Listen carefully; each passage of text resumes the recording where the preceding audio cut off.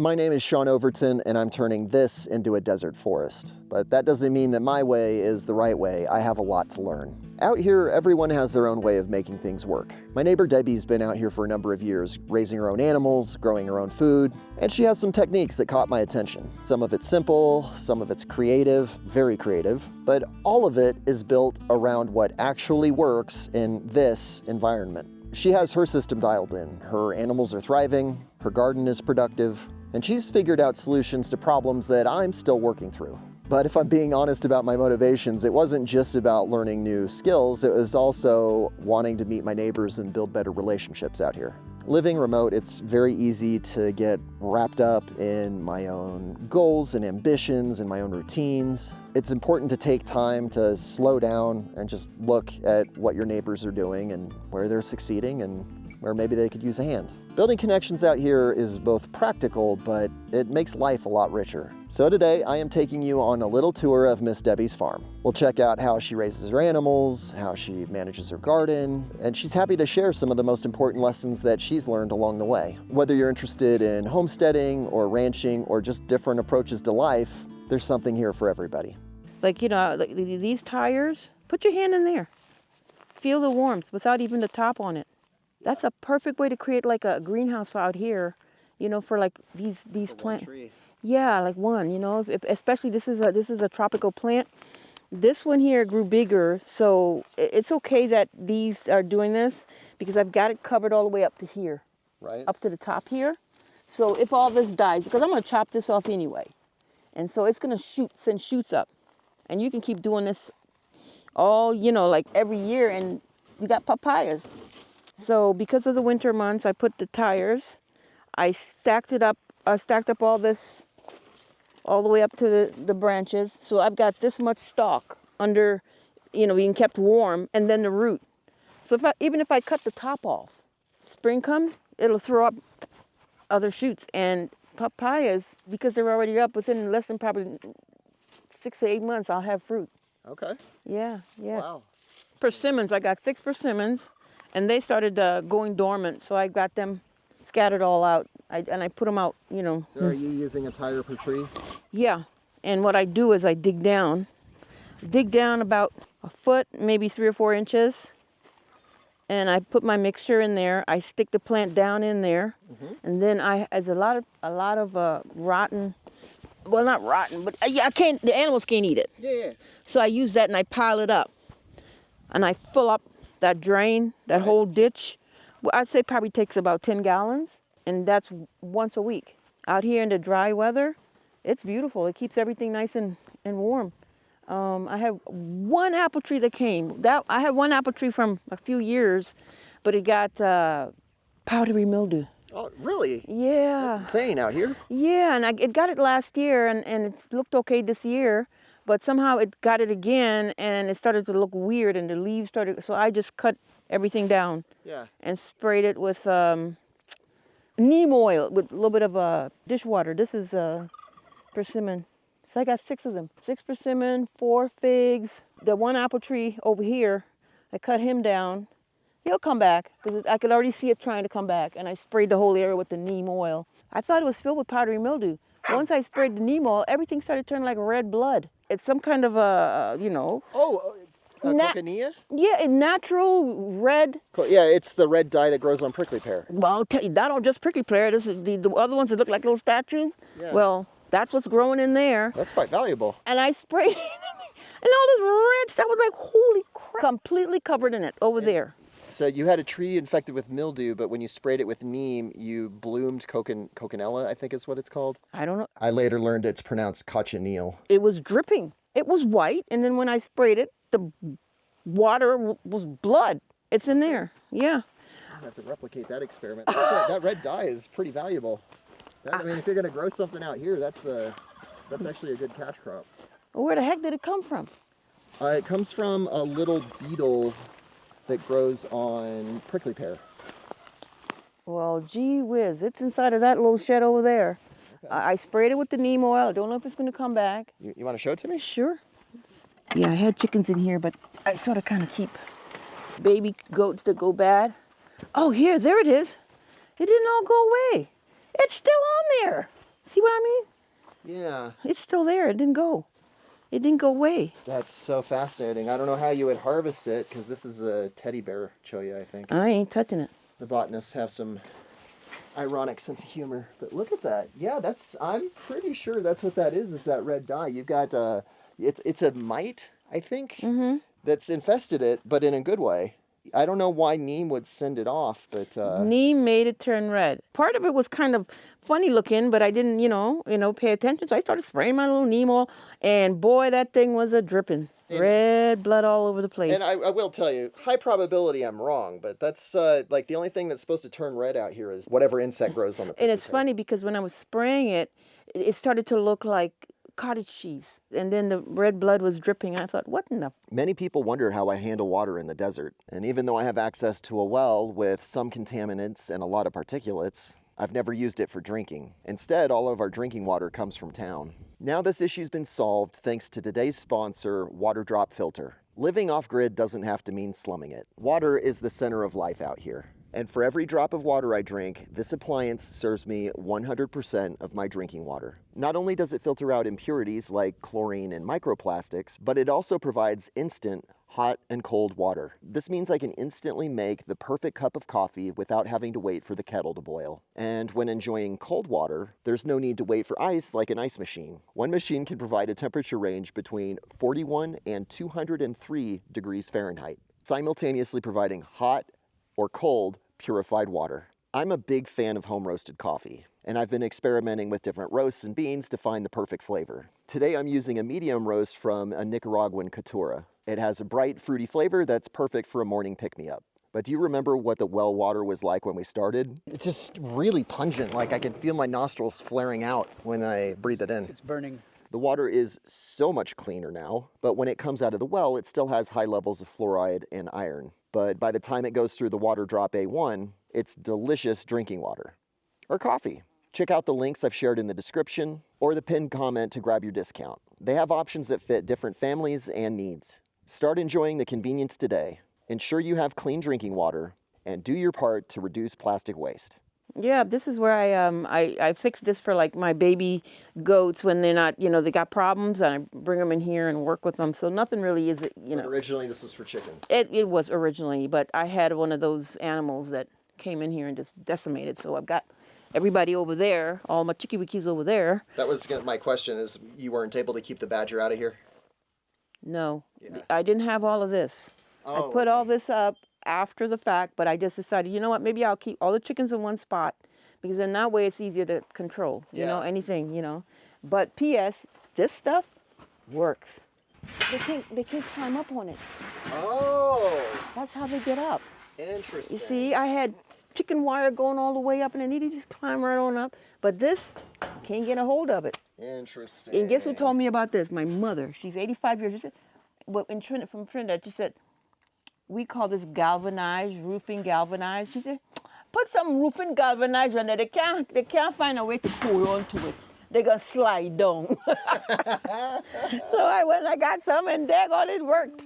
Yeah, because those suckers, boy, they are something else. Oh, so Mom sounds like quite the character. She's the one that taught me about the ditches. The what? Holes, Oh, the ditches. holes, yeah. She spent a year here with me. She's 85 now. But her father, he had estates, and my father's father, they were all farmers and everything. And when she came here and I was having trouble keeping the plants wet, she said, dig holes, put the plant down in there, put your mix up, and then put a lot of the hay on top, and it will hold the water in. So, and I used to have to wet them twice a day. Now I just probably wet them once every 2-3 days. Oh, he's just saying hello. Don't worry, because he knows Brandon. He met Brandon. Mr. Anatole, you are such a talker. Everybody, he doesn't know your language. He just ain't here. He just want to let everybody know, I'm here, I'm watching you. And I got one pear tree that came, but I don't think I don't want to put it in. No. Because I'm not sure, the winter, it still had some leaves on it, and the stalk is green. I don't see any hard stalks yet, like turning brown. So I'm going to keep it in one of those buckets and Till it hardens off. yeah, when I see the wood, The grapevine that I did get to come, that had it was by piece, and so it had hardwood. What else did I get? So I got, yeah, and I got one plum tree. I got one apple tree, Appaloosa, that came out. I planted almost 20-something seeds, and this is the only one that made it. And he went through the 24-degree weather this morning. Look at it. Tire, mulch, hole. It's fantastic. I'm telling you, it's a genius. Thank my mother. These tires are something. And the more tires you put on, maybe 1, 2, 3. If you're trying to just put I use the plastic on top, and it's a greenhouse. And I've got date palms, medjool date, one here and one here. And I keep forgetting the name of that very expensive spice. See it? Oh, saffron? Saffron. Yeah, it's coming up. They're coming back up. Cool. They come up in the winter, in like this time of year. I didn't know that. Planted them last year, and I thought, well, they're dead. Nope, they started coming up. You got the, I think the pistil, is that what it's called? The red? Yeah. Yeah, it's ready. It's almost ready to go, isn't it? Yep. You gonna make some Indian rice soon? I'm gonna save it. And then this is a pear tree here. So I think probably I did pretty good. I think I got 22 plants. Okay. To come. Now, let's see what makes it out, because a lot of them were in pots and stuff, and I transplanted them. So whatever comes in the spring, then I can count and say, okay, it made it. Yeah. But this place is definitely it is I see you out there trying to figure it out, and the point is don't give up. Yeah. This here is he was asking me, Brandon was asking, but this is pretty good for like, like greens and stuff like this. Greens. Is this your garden? Yeah. This is these are some strawberries. Oh, cool. And I put this on here because the mice, they'll chop them down. Yeah. And they'll do the same thing with your onions. You spring onions, and they don't mess around with the garlic because it's terrible. But look at Swiss chard, peppermint, and these things. But if they start biting it, get a bottle, cut the top and bottom, and this is how I keep them from. Love it. Yeah, they don't interfere with it. Interesting. Yeah, they came through 24-degree weather last night. Hi, Miss Debbie. Hey, baby, how you? Good. I brought you this lid if you still need one. Oh, always. I'll save them. Thank you. Always need something. You never know, because sometimes you don't put them on properly, and guess what? Blow away. Then you start cussing in Chinese. So, y'all got any bags, or I gotta? We're just gonna throw them in the back of the pickup. Okay. The cactus? Uh-huh. Yeah. If that's mishandling them, we can rustle up a bag. We got something. I've got a few bags. You can put them in there. I got a whole bunch of these bags. You guys gonna handle those things with just no gloves? Yeah. Oh no. I'll be okay. I need to be okay, because if I touch that stuff without no gloves, I will have to have like long distance tongs. I got the tip of my index and thumb are tough enough skin that the pockets don't penetrate. But if I get impatient and involve the rest of my hand. The calluses. I made this with no entrance. Why? For snakes. Never had a snake in here. All right. But those little bowls, whatever you want to call them, that look like chipmunks, them suckers, man, look at the holes. Oh, yeah. Got all these piles of yours. These for us right here? Oh, yeah, all of it. All of it. If you want all Yeah. of it, you have it all.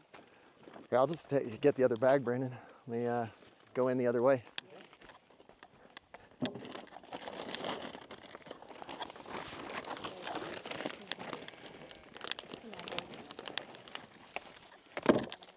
Hey everybody, we just launched something that lets you support dust ups in the best way possible, and I really care about this, making sure that you get something in value in return. There's such a strong sense of community around this Dust Ups project. I really want to encourage and thrive it so that it's not just about Sean, but that all of the other members and people following all around the world can participate and get to know each other in the process. If you'd like to know more about how it works, what you're getting in return, how that is going to be used to further the Desert Forest Project, check the link in the description. Thank you for supporting the project, and now back to the episode.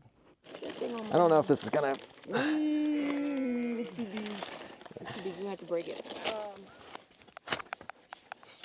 This is probably like maybe 10 pieces. 1, 2, 3, 4. That you started with? 6, 7. Yep, 10 pieces. Wow. And look at them. Yeah, it looks amazing.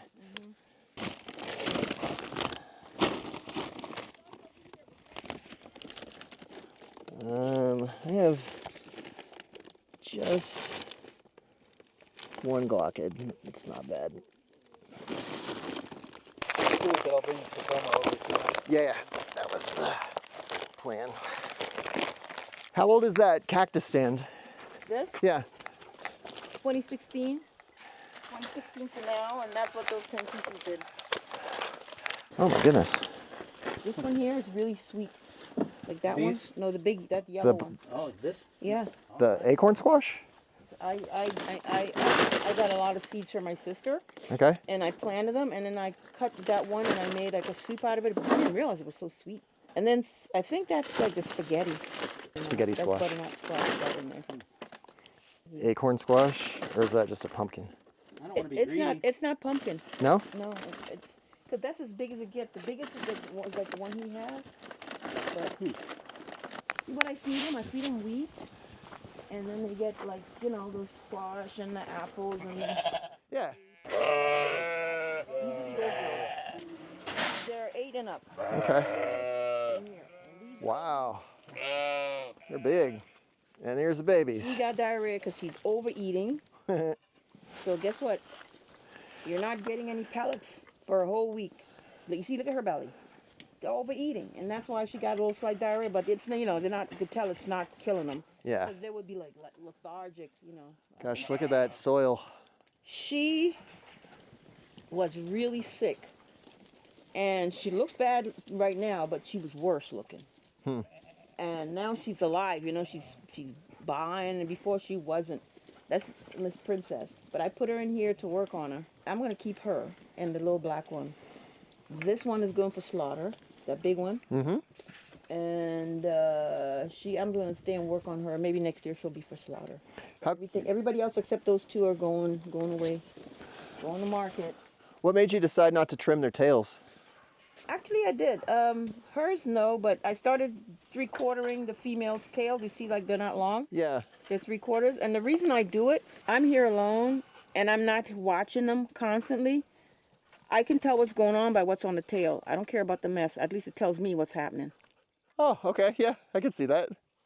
Especially like if they're pregnant and something, or Yeah. they're gonna miscarry, and the mess is on the tail. Then I look, wait a minute, what's going on here? And that's what alerts me, and I go check. It's like your lab report. Exactly. This guy and this guy's for slaughter. He's going to market, slaughter, and them 3 big boys. Whoa. Yeah. That's a They're- good sized goat. I'm just taking notes from your construction using the cattle panels and the pallets and the T-posts and the R panels as roofing. Yes, and all of that is from experience. These things here, 2 things it does.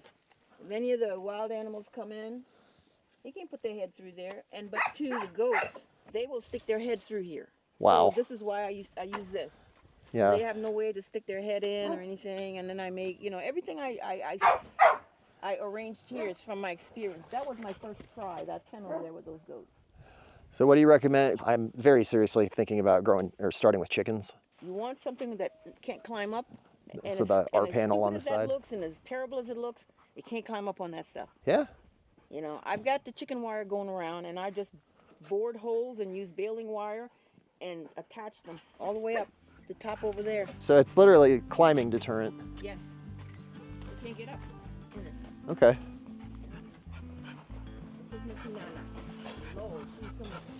Yes. She's got quite the vertical. Okay. How about you smell me down here? How about you smell me down here? That'd be easier, huh? Yeah. See,